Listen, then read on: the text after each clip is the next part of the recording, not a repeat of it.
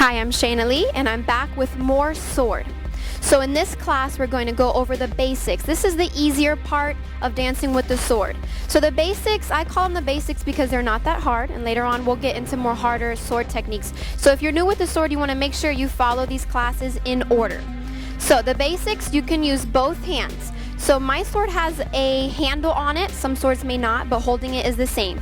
So the way I hold my sword is I put my right hand into the handle. So you want to make sure you're holding it very firmly because we will be swinging it around sometimes. You want to make sure you have a nice firm grip there.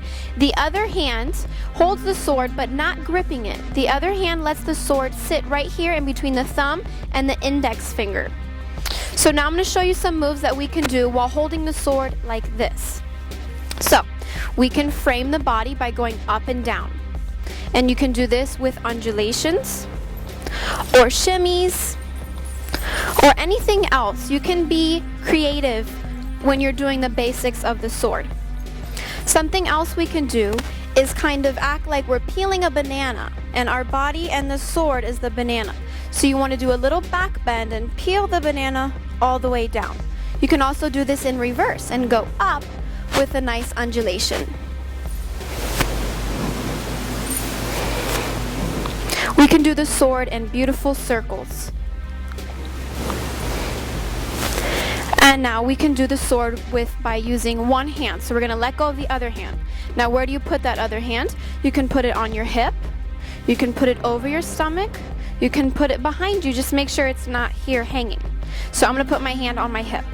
So you can bring the sword around you, scraping the sides of the body. You want to stay very close to your body in nice circles. You can use both hands to make it look a little bit more like a warrior type sword dance. That's up to you.